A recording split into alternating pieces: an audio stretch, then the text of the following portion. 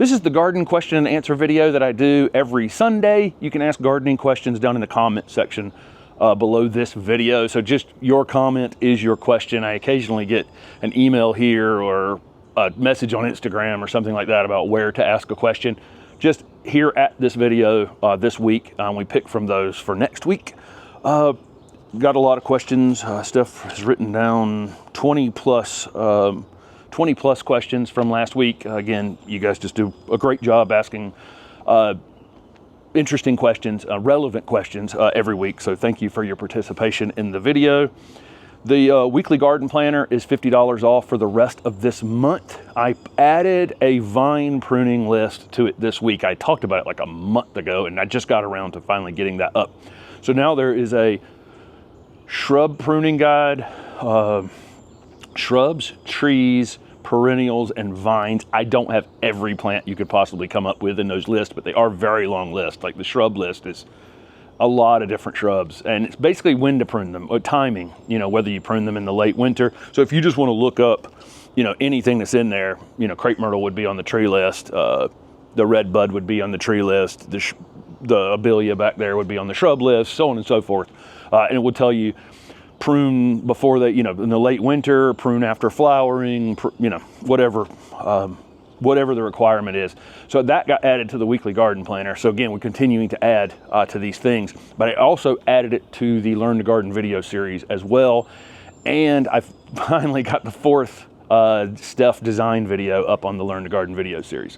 So 2 things got added to the Learn to Garden video series this week and 1 to the weekly garden planner. Lots more to come. We have lots of ideas and things we want to add to both of them as time goes on. Once you own them, any content that gets added is yours.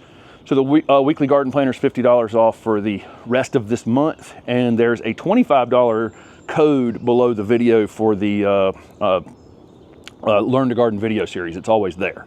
So if you want, so just for viewers of the channel can have some sort of discount off of that as well. But there you go.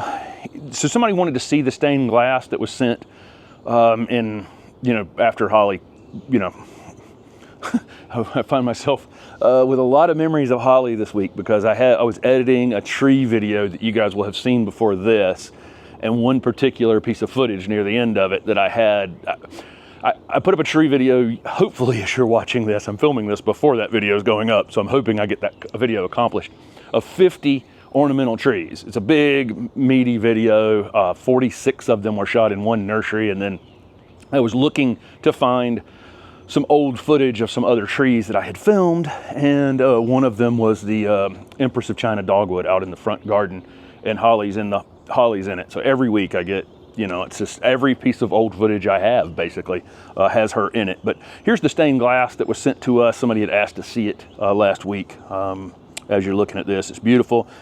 Someone made a donation on Holly's behalf to an organization for dogs, and just gotten beautiful notes and all kinds of things. So thank you guys so much for all of that. It's been amazing, and she was an important part of this channel, as you guys have seen. Okay, on the open garden, I promise I'm getting to some questions in a minute. It's just a lot of information about the open garden as well. The open garden event for June 20th and 21st. I had mentioned last week that Juniper Level Botanic Garden is going to be open on Friday, and I think I just said Friday morning. It's all day Friday, so you can go if you want to.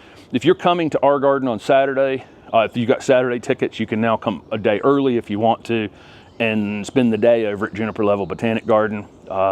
And then somebody had asked if you can buy plants. Yes, you'll also be able to buy plants while you're there if you're traveling in a car and you can get them home or whatever. But so yeah, plants. The greenhouses that are open on the open weekends at Juniper Level will be available to buy, and you'll be able to tour the garden. You don't have to spend anything to go. It's free to go. You just tell them when you get there that you're with HortTube. And so Tony's graciously allowing, you know, traffic over there all day that Friday from anybody who's coming to our open garden event here. And I put up a video from there this week and called it Bucket List Garden or something. If you haven't seen that place, it's definitely on the list. There's 27,000 taxa or different plants in that garden.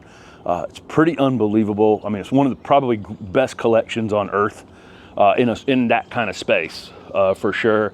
And it's a garden similar to this, where it's one of everything, but somehow with art. I mean, just an unbelievable job of gardening with one of everything.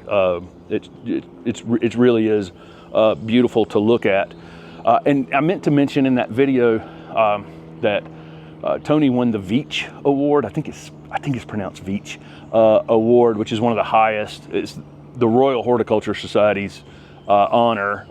Not that many Americans have won it, and Tony got it and went over there last month. I meant to mention it in the video that he had won that award, and we went to his awards dinner earlier this week, middle of this week, which was super nice, and a lot of people came out to really tell jokes and all kinds of fun. It was just a fun evening. There's a rare plant video going up this week. I've got about 5 plants that are fairly rare in the trade that I'm going to put in a single video, and one of those I won in an auction the other night, so you guys will see that this week. Okay, we're finally to gardening questions. I don't know how many minutes into the video this is. Sorry about that, but this is my opportunity every week to address the audience. Also, your email that you get for your open garden tickets is your ticket. So just show us that email when you get here. Let's see. Number 1, somebody bought a green giant arborvitae. It looks like it's 2. They got it last year. It looks like there's 2 plants in the ground. Should they cut one or dig one and divide it? I probably wouldn't get greedy after something's been in the ground this long and try to divide it. I think you might kill both trying to get greedy. It's a possibility. I will divide plants like that if it looks like it's just going to come apart super easy, but then I'll probably put them back in containers and let them grow out in containers. Containers tend to be slightly less stressful than going into the ground. So and I think there's another question like that coming up.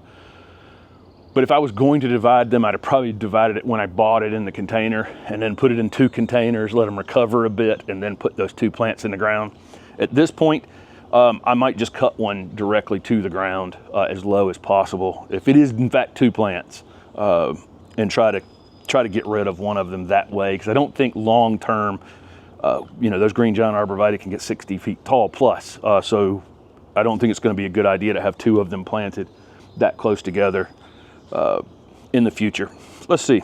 Will solar lights in the garden disrupt growth or plant health? There have been a lot of studies around this about night lights. I think there are plants that are more sensitive to it. I was told in the past that dogwoods are. I don't know if that's actually true, but they do tend to not be that happy in our urban spaces, our native dogwoods. But I think it's probably a bigger issue with insects. And, as tied to these plants as we are really tied to insects, being able to pollinate them and being able to navigate, the world, and most of the night insects evolved, to travel with the moon. So all of these lights that we have, and I know there's a lot less moths than there used to be, because when I was a kid, if it was a night, it was a light on in the neighborhood, there'd be, moths just swarming it. And I don't see, moths like that anymore. So I think between insecticides and the lights and everything else, we have definitely disturbed some of that night lighting. Now, you're not going to change anything by not having your few solar lights in your garden, probably. I mean, what would I change? I don't have any lights on in this garden on purpose, because I think, I've said this before, I think the night belongs to the night. But I can't stop. I got a street light right in front of between our 2 properties here. So what can I do about it? I'd like to knock it out, and then if I knocked it out, a neighbor would report it as out, and then they'd come and fix it. So it wouldn't do me any good. But I would prefer that that it's dark. But and I think it would be better for all the insects and the plants and everything. But it's just not the world we live in the cities. Let's see. Okay, yeah, here's the other question that's similar to that, dividing the green giant. So somebody said, if the root ball falls apart when planting a tree or a shrub, in this particular case, it was a Taylor's juniper, will their survival be challenged? Is there anything you can do? Yes, definitely. If all the soil falls off those roots, their survival will be challenged, potentially. Depends on obviously you could plant something in the most horrible fashion and the worst condition, you know, the worst you've ever seen, and then the plant just by some miracle, just everything goes right and it grows like crazy and nothing happens. You could get 3 or 4 cloudy days that happen and help that plant survive in some way. But if it gets super hot, super dry, you know, when that plant didn't have any of that soil on it and it was just bare root going in the ground this late in the spring, there are a lot of things that could go wrong with it. It'll be really hard to water it. What I do when a plant falls, when the root ball falls apart off a plant, is I replant it back in the container and I wait a little while and let it establish some roots a little bit better. Abelia, like that Miss Lemon Abelia back there, they're pretty notorious for flipping them over and not having a root ball that is will hold together. That top of that plant will just grow like crazy with very limited roots down in the container. So that's one that you have to be careful with when you're flipping them. When you're taking an Abelia out of the container, you should turn the container upside down so your hand is supporting some of that soil, and then plant it carefully in the ground, because otherwise that root ball will fall apart. And then it does put the plant in a little bit of jeopardy, being basically bare root going into your clay soil or your sand soil or whatever. It's basically been babied, and now it's like, good luck, you know, in this soil that you've never seen before. You've never seen a tough day in your life because you've been babied, and now, you know, here's the torture. So I personally, if you pull something out of the container and it's loose, not like 20% of the soil falls off, that's probably okay. That probably is good that it's not root bound. But if it looks like it's basically going to be a bare root plant, I'm probably going to repot that. Give it a month in the container. It's got fertilizer in it that it came with, so as long as you repot some of that soil back in there, I think it will be better off in easier conditions for a few weeks, get itself rooted in there well enough to hold that root ball together a bit, and then plant it. Let's see. Again, though, timing can matter. If you're going to have a week of cloudy, cool weather, or abnormally cool weather, you know, it might be able to go in the ground just fine. This person's barely in zone 6, okay, and just planted some ligustrum, Marvel Mahonia, Nandinas, Osmanthus, Camellia, Azaleas, Hollies. There's Kalmia, Boxwood, and Pieris on this list, and those would almost certainly be fine because they're probably zone 5 hardy. And then a magnolia, I don't know what kind of magnolia. Some are very hardy up to zone 4, but others are, you know, barely hardy in 7B. They like leafy evergreens. Do I have any other ideas? I don't know. If you're barely in zone 6, a lot of these things are going, hopefully you can get them established enough before the first fall, but maybe you're going to be covering some of these things. Like, again, the Kalmia, the Pieris, the Boxwoods, they tend to be okay, you know, in pretty cold, you know, extreme cold conditions. And some azaleas, I mean, deciduous azaleas for sure, but you're talking about leafy evergreen azaleas.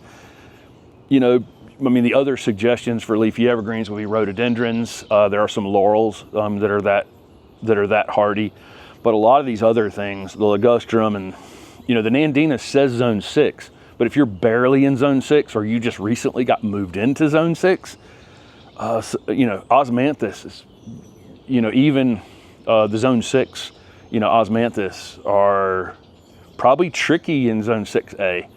So you may think about this first winter covering some of these things and making sure that they're not getting really, really hard knocked back the first winter. But you're on the edge of where leafy evergreens do well. The other thing is, I don't know where you are in zone 6, the other area in which we lose leafy evergreens is being further north. So, and I think I've said this before, but I've done consultations with folks on like Long Island, and Long Island has a little strip in it that's zone 7B, zone 8A. So it has similar average nighttime temperatures to us down here, but in the wintertime, Long Island is probably an hour shorter days than us, that much further north. So that would be, you know, 13-hour drive for me is probably going to lose 30 minutes of daylight in the morning and 30 minutes of daylight in the evening, potentially. That extra hour of nighttime combined. So if you say, well, it went down to 14 here and it went down to 14 there, and that was our low temperature for the winter. Well, your 14 was an extra hour or more longer than mine was. and that happened every night the entire winter.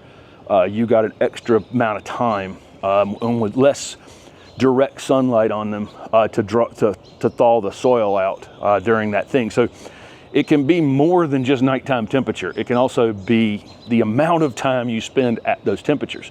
My point is, when I'm doing consultations with people up there, I don't see a lot of leafy evergreens except for zone 6 hardy in those zone 7B areas, you know, the laurels and the rhododendrons and pieris and those kinds of things that will take those temperatures. So if you're in zone 6 out in the upper Midwest somewhere, barely zone 6, there's just not a lot of leafy evergreens that you're gonna see, despite the fact that the tag says zone 6. Again, it's more for somebody that's probably further south in an area out in, you know, that has more daylight, but it's still zone 6, if that makes any sense. Okay, all right. So somebody said how to manage gardening around utilities. I'm lucky here. At the old house, all of our utilities were buried, but they were buried in a pretty organized way, and they came through an area that I didn't garden, that I had allowed to just kind of become a wooded natural space, and then they came over to the house through around my vegetable garden, so it just wasn't that big of a deal. And this house, I got the electric above ground, and then the gas line is buried, and then the fiber cable is barely buried out there, just like typical of cable companies and you know, TV cable companies. That's the only one I have to worry about out there. The water line is deep, the gas line is deep, and the electric comes in overhead. So I'm kind of lucky that way. I don't have to think about it much here. I don't really have to think about it at all. That fiber optic line runs right on the property line here. But yeah, it's not fun. It can be a pain depending on where they are. I recommend anybody, before you start any project, to call and get them located. Make sure you know where all those lines run. Typically, you know, near the time your house was about, if you're the first owner of the house, especially, near the time the house was about to close, they would have inspected the electrical trench going to the house to make sure it was 36 inches deep. So that thing is typically, depending on the regulations near you, those are pretty deep. And I know this because we would be landscaping on projects where they still had the trenches open to inspect them. So gas and electric have to be really kind of very deep. But it's the telephone lines, cable lines, fiber optic cable lines, and you know, those kinds of things that tend to be where we can cut them.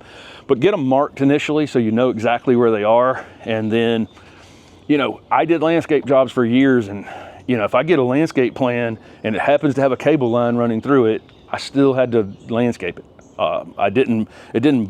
The plants aren't gonna hurt the cable line, but my shovel certainly can hurt. And my shovel or my tiller or my tractor or my bobcat, you know, can all hurt the cable line. So we would try to find them initially. So let's say the cable line is running this direction.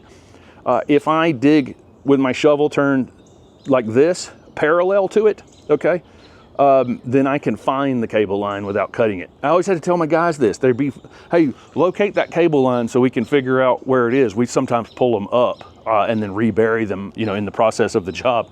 And I'd see them over there, you know, with the shovel perpendicular to the thing, trying to dig it this way. Well, if you find it digging this way, you've cut it or you've damaged it. If you find it this way, typically you can find it without hurting it. So I'm giving you more information. Don't do that. Don't be digging up your electric lines or don't dig up electric lines or gas lines or water lines. You know, that stuff should hopefully be deep anyway. But sometimes we did have to locate the cable line and landscape around it. And that's how I did it. I just did it from the side, and then I could find it. And once I found it, we could just kind of dig along it and pull it up, do our work with it visible, and then re-put it back into the bed later. In terms of utility boxes, I'm a big fan of drawing people's eyes away from them.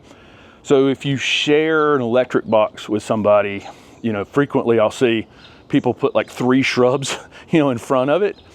And to me, it just did nothing but kind of drew my eye to the electric box.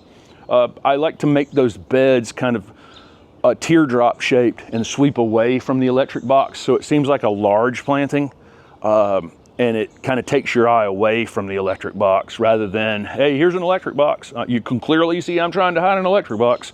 So that was always my strategy, hiding those utility boxes, and then of course being careful digging around them. But the main thing is get them marked, and everybody should know where these things are running through your garden so that you know in the future, to not cut them. Let's see. Would it be beneficial to use synthetic fertilizers on containers to get quick reaction, or should you use organic? I still use organic fertilizer in the containers. I know I'm probably not getting as much out of them because they're, don't have all the things that are happening in the soil happening in the containers. But I just don't use any synthetic fertilizers. I don't find that I need them. I used all the synthetic fertilizer I'm probably going to use in this life, growing millions of plants, literally millions of plants, all those years. So I've used a lot of it in my life. Not opposed to it. Don't care unless it's washing off your property. Then I do care. We're over fertilizing lawns and that kind of thing, and then 2 inches of rain come and wash all that nitrogen into our waterways, and phosphorus potentially more serious than other things getting into our waterways. It's not a great idea. But if you're fertilizing a few containers with synthetic fertilizer, it doesn't matter to me. I mean, you do you. It's just I don't push plants. I mean, I got out of the business of needing plants to grow really quickly a long time ago, and I'm totally happy with the rate of growth of this crepe myrtle. I could have had this crepe myrtle in the ground already 6 or 8 feet tall. This is the second year in a row in a container. And if I was pushing it harder, I could have it 6 feet tall already for sure. I don't care. It's happy. It's not being attacked by insects. I'm not telling it to do something it doesn't want to do. And I'll throw a little bit of organic fertilizer in it when it's time. When it looks like those things aren't growing quick enough for me, and I'm just fine with that.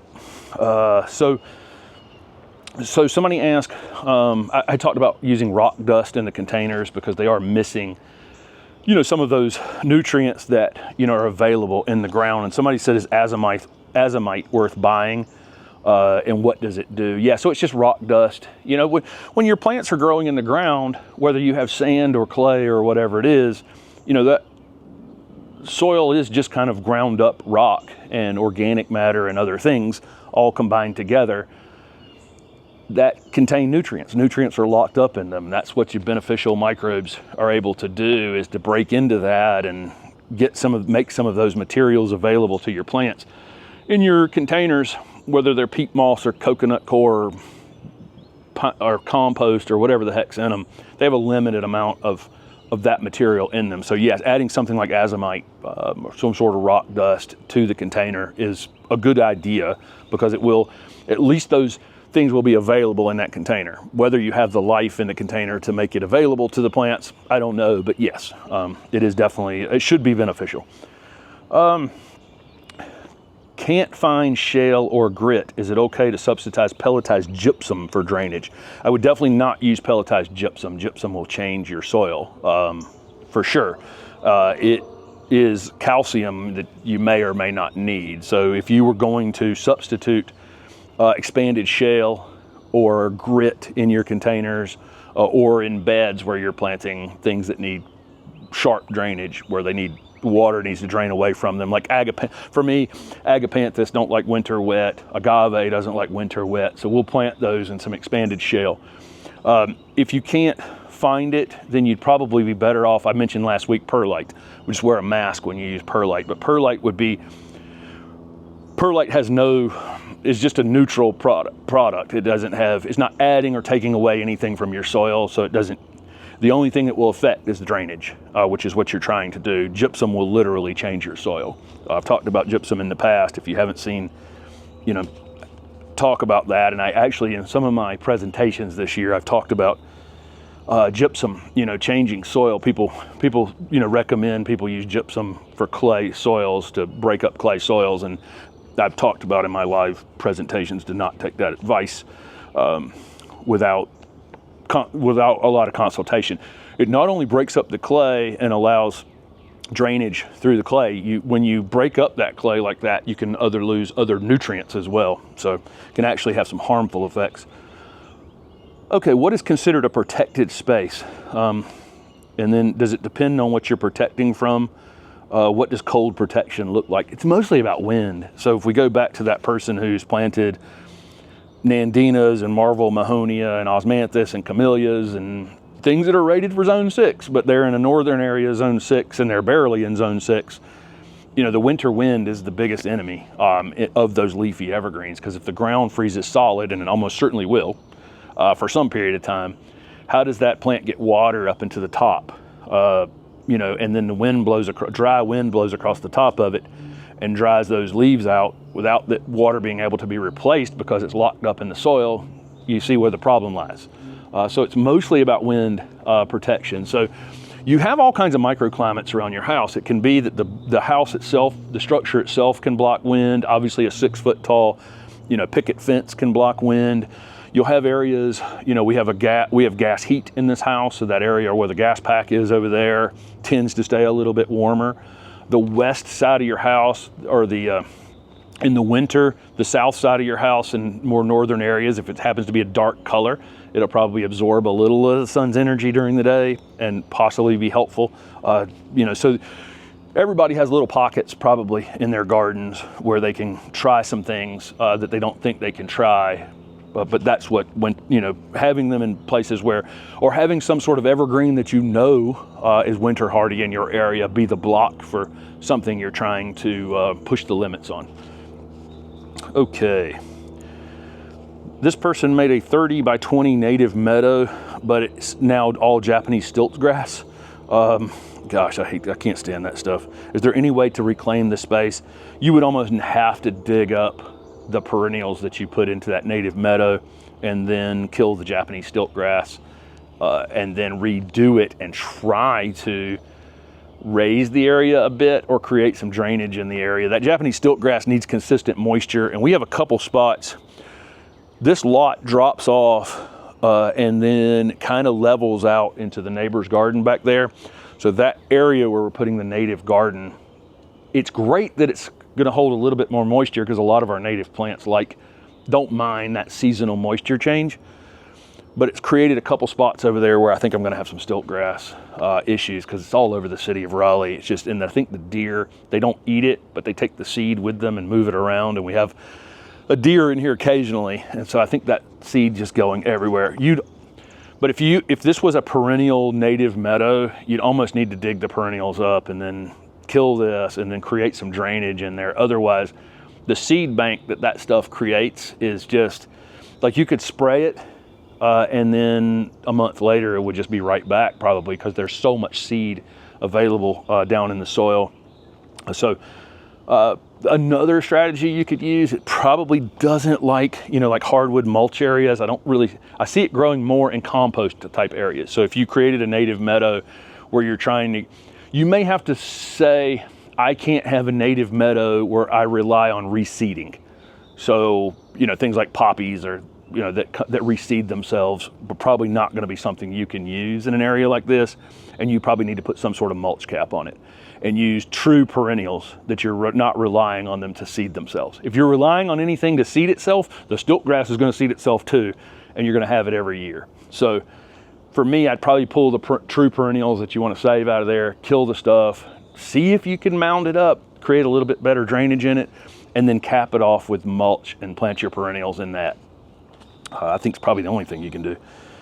So somebody said reblooming azaleas exist. Is there any chance of reblooming rhododendrons? Well, evergreen azaleas are rhododendrons. So before I hear that down in the comments, so azaleas are rhododendrons, but they're different than what we describe. When people talk about rhododendrons, they're typically talking about our native rhododendrons to the Appalachian part of the state, or other areas in China, large leafed evergreen rhododendrons. So we have repeat blooming hydrangeas and azaleas, and we have agapanthus that continue to bloom now. We have a lot of spirea, where if you turn off a plant's ability to set seed, sometimes that will encourage reblooming. And so we're seeing strategies being applied to different plants to keep them blooming all season or extend the length of time, because the plant's trying to flower, set seed, and then it's done for the season, it's ready to go back to sleep, right? But if you can turn off certain things in them, it's like, oh gosh, I have to keep flowering, I have to keep flowering, I have to keep flowering in order to make seed, and it just has no ability to make seed. So we've seen that strategy being used. With large leaf rhododendrons, though, I think the issue would probably most likely be the amount of time it takes to put on the growth, set the flower bud, and have that flower bud reach a size where it can open up. So I think the biggest issue with them would be, azaleas can grow, my azaleas can bloom, and then I can cut them, and then they can flush back out and bloom again, and I can cut them and they can flush back out and bloom again in a single season, right? Because they're faster growing. That would be true with a lot of plants. Hydrangeas, my dear Dolores hydrangea over there has grown, 2 feet since it came out of the ground a month ago, since it woke up a month ago, and it's in full bloom over there, right? That thing, if I cut it off completely right now, it would have time to come out, set flower buds, and rebloom, and it does rebloom. That would be, I think, your biggest issue with your rhododendron is the rhododendrons we have on the back line that have finished blooming, if I cut them right now, which I could, would they even have enough time to flush growth back out, set flower buds, and reopen? I don't think so. It'd almost be fall before those flower buds were ready, which is pretty typical of them, and then they'll carry those flower buds through. So I think there's some plants that just aren't built for growing fast enough, because really we're talking about not only can it bloom multiple times a season, it also has to have the capacity to grow multiple times a season. And that may be where those plants just don't have that in them. That would be my guess. Somebody got a 6-foot tall crabapple that's super floppy, 1-inch caliper. They staked it. Should they tip prune it to slow the top growth so the caliper catches up, or wait until next year to do it? I'd probably just wait until next year, see if you happen to gain some caliper this year, leave it staked, and then probably next year if you need to. And when we say tip prune, we're talking about the most minor amount of, growth off the end of it. That's all it would take to stop that growth. You can look at where the buds are on the side of the branching and make sure that the bud's on the outside where you're cutting to. So if you cut just above a bud that's on the outside of it, then the growth will go that direction. If I cut it down here to a side where the bud is on the inside, then the growth is going to come back into the middle of the plant. So at the same time that you make the decision to prune it, which you likely will have to, because that 6-foot tall tree that's 1-inch caliper is not going to build caliper quick enough, do it strategically a little bit to make sure that future growth on the tree is still going to spread out and away from the middle and not toward the middle. Okay, opinion on hummingbird feeders. Again, I don't have any opinions. Opinions on the internet are not a good idea. Probably should have that t-shirt. That should be a good t-shirt, right? Opinions on the internet are not a good idea. Let's see. We have one. Steph really likes it. It's at the screen porch so we can see the hummingbirds right there, but we have probably in the neighborhood of 50 different species in this garden that are good for hummingbirds, or hummingbirds can take advantage of. So I don't really need it. I would say that the main reason I wrote this down was just to make sure you're cleaning them. Make sure you're keeping them in good shape if you do have hummingbird feeders. But obviously, having the plants out here for them is, to me, more important than having a hummingbird feeder. But we do enjoy that because they're coming right to that spot. But then, we have salvia and other things out here, and agapanthus, I keep saying agapanthus, but the bignonia, which got sprayed over there, but it'll come back, is good for them. There's quite a few plants out here that are with the intent for, having hummingbirds here in the garden with or without a bird feeder. This person's in Mississippi, Zone 8B. They have a bog in the spring and early summer, and then it turns to concrete by mid to late summer. What are some adaptable trees and shrubs? Again, I always say native plants. When you have these kinds of changeable wet and dry conditions, a lot of our southeastern native plants are built for that. That basically defines the Southeast, where we get we tend to get wet sometime during the winter time, and we tend to stay wet until summer, and then things turn to concrete, and then sometime around August or September we'll tend to get another round of high humidity, thunderstorm activity. You know, we tend to get a second kind of round of growth on a lot of things in August when we're getting a lot of lightning and you know, getting the nitrogen from that. Weeds tend to kind of take over the garden at that time too, but that would be my suggestion, is to mostly, you know, again, a ton of the native plants that we're putting in that native garden over there are from areas of the southeast that are winter wet, summer dry kind of spaces. So following along with that for sure. I always get questions about jumping worms every week, and I just don't have any experience with them, so I don't have any information about them. But I know Erin, the Impatient Gardener, if you followed her channel, we went up there and filmed with Erin a couple of years ago. Has it been 2-3 years ago maybe now? Holy moly, time really flies. But we went up there and filmed with her, and she has had some experience with them and talks about them some on her channel. I will say the main reason I wrote this down, I got a bird that's fledging over there under the loropetalum, which, remember when I didn't prune the loropetalum 2 years ago because there was a bird nest in it? I waited too long and then there was a bird. I've done it again, but I think that they're on their way out of there right now. Well, the jumping worms. So I am, though, the reason I wrote this down, I think I'm going to be a little more cautious bringing plants home from other people's gardens. You know, it just makes me think about all the time, you know, I bring so many things home when we go on the road. People dig things out of their gardens and give them to us in containers, and we bring them home and here we go and put them in the ground. I think that's going to backfire on me at some point. So I think I'm going to be a little bit more careful with that going forward. So somebody has a Japanese maple dog memorial, and it has girdled roots. I guess a lot of Japanese maples, and they're rooting in every which way. Should they cut the roots apart? The best time to do it. So if you were gonna, I get these questions about cutting roots all the time.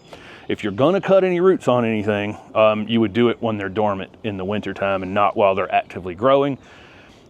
I don't know that I would, you know, start cutting on them. If the plants seem happy, I would try to get a small, just a light, very light covering of mulch over that area so that they're not exposed to the sun as much. But I certainly don't want to be in a memorial garden telling somebody, you know, just start chopping roots on things, you know. But if the plants seem healthy, I'm not going to worry about it. I'm just going to mulch the space. And if you do, if there's an obvious spot where two roots are going to damage one another, if you were going to choose to cut one of them, do it when they're dormant. Somebody has a 2.5-year-old Japanese maple that's 40 inches tall. Told it was a dwarf. It's 8 feet from the house. There are roots everywhere. Can they prune them? So same question as before. You can prune them if you want to. You know, so that dwarf Japanese maple is grafted. So it's not, and it's probably grafted onto the rootstock of a more vigorous plant. And so the top may stay small, but the roots may be a pretty aggressive root system. So it doesn't mean buying a dwarf one is also going to have a dwarf root system on it. They're actually, again, grafted onto something that's much tougher than that. So that would be my, I don't know if I would cut. I mean, if you're going to cut them in the winter time. The main thing you do, though, is get some mulch over them to protect them some. I got birds just coming from every direction. I think the birds are fledging, and then when activity like that starts, the other birds that, you know, want to have been waiting for that meal opportunity come out of nowhere. So there's all kinds of activity around me right now, but me standing here, I think, is protecting that one for now. Let's see. How am I able to overcome nerves to speak on video and to the public? It's not natural for me, for sure. And it took a long time. If you watch the early videos on this channel, I'm just absolutely terrible. I'm now moderately terrible. People, you don't need to make a comment about that down at the bottom. I'm not moderately terrible. I'm moderately okay now at this. I was really bad at the beginning. I didn't have any idea what to do on camera.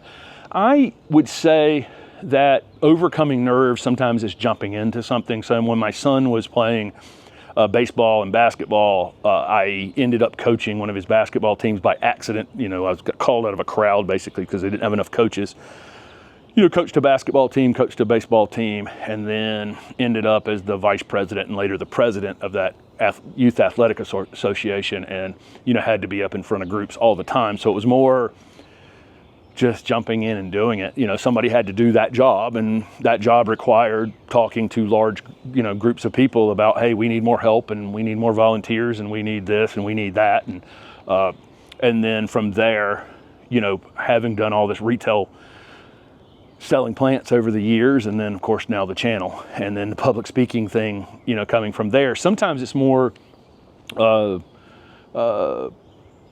imposter. You feel, I think the public speaking thing for me at first was, I had done this for 35 years, but I'd never stood up in front of groups and presented anything or done this on this camera like this. So you do at first like, do I know as much as I think I do?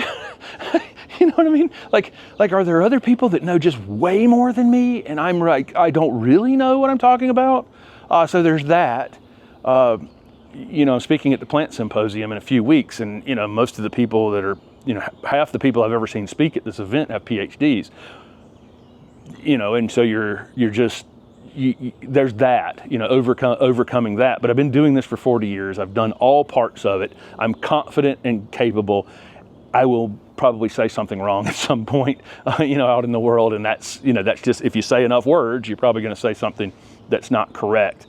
But overcoming it is really jumping in, getting involved in, church activity, youth group activities, whatever it is. I mean, you have to jump in somewhere and then find the confidence that what you're talking about, that I actually do know what I'm talking about, and then present it. And, you can only control what you can control. You can't control how the other person is perceiving you.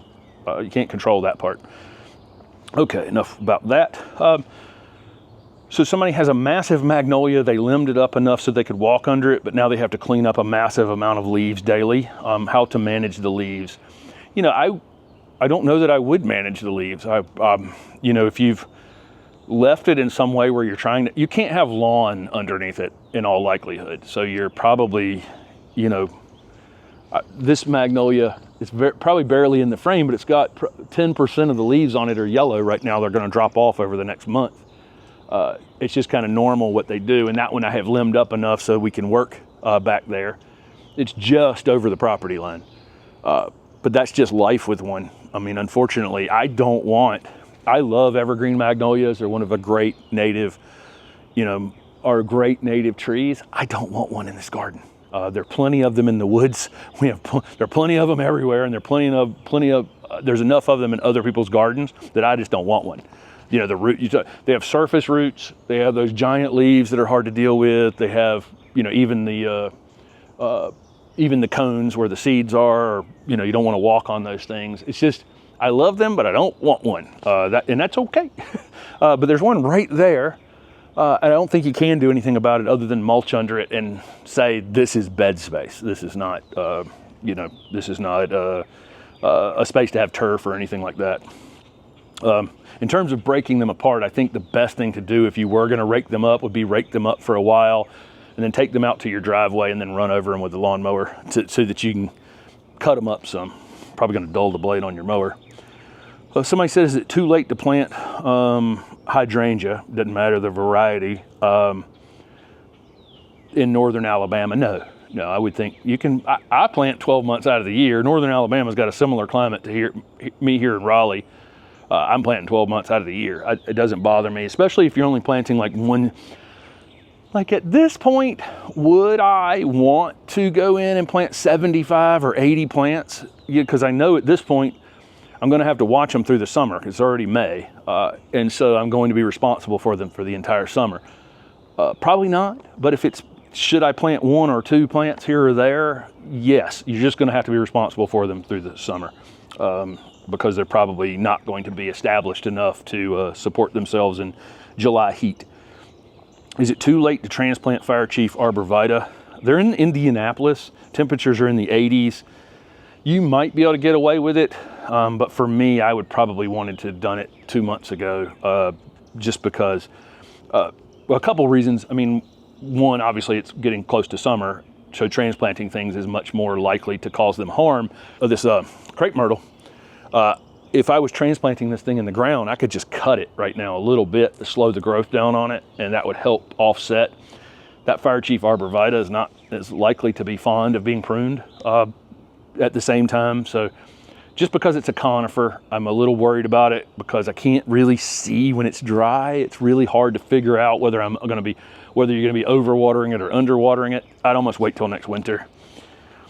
Somebody's ready to plant their hardened off seedlings, but the forecast has temperatures in the high 40s. So, you know, where my average last frost date was April 15th, I know a good portion of you are May 15th before your average last frost date. So you're still coming up on that. I don't mind temperatures in the 40s. We're talking about nighttime temperatures. I wouldn't mind temperatures in the 40s or low 50s. Peppers are the one exception to that. They just don't like soil temperatures below 65 degrees.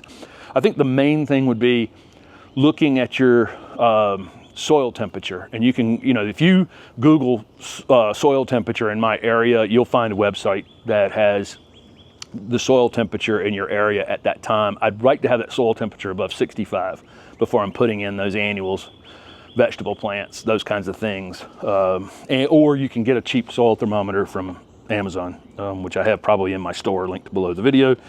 Let's see. Okay, I'm going to wrap this up. I got a couple more real quick. So somebody asked me about my thoughts about a clover lawn for erosion and adding nitrogen. So clover is a nitrogen fixing plant. It has little nodules on the roots where it actually collects nitrogen, basically, that can use for itself in later years, or it ends up being used by other plants. It's not necessarily in a form where it's usable for the other plants, but soil microbes can make it available. So if you're asking me about a clover lawn and your entire lawn is clover, that to me is no different than having an all zoysia lawn or an all Bermuda lawn or an all fescue lawn. It's still a monoculture. But if you're asking about putting clover into your existing lawn, absolutely. Heck yeah, it's a nitrogen fixing thing. Pollinators like it. It would make that area more diversity within your lawn is a good idea. So yes, I'm all for adding clover to lawns or other things to lawns that make the lawn more diverse and have you need less inputs into it, fertilizers and other nutrients that you might be adding to your turf or chemicals that you might be adding to your turf. Certainly stop you from spraying broadleaf weed killer, wouldn't it? Because the clover would be a broadleaf weed in this situation. Okay, so number 24, last one for this week. Again, the Weekly Garden Planner's $50 off. The Learn to Garden video series has a $25 off coupon down below as well. Continuing to add to both of them and have done that this month. Let's see, where did Clown College originate? For me, it's just about having a blast of different colors in the same space, making it really bright and lively. I don't know why I started saying this as a long time ago. When I was selling plants at the farmer's market, I would, sell people that were different color flowers or foliage colors or whatever, and be, it was like, basically you're creating Clown College at your house. I don't know why I started saying it, but I always have. It just kind of gives the impression of really colorful and really vibrant. There's probably a better way to say it than calling it Clown College. So there you go. Thank you guys so much for participating. Again, ask your questions down in the comments below this video, and I'll pick from those for next week. Thanks.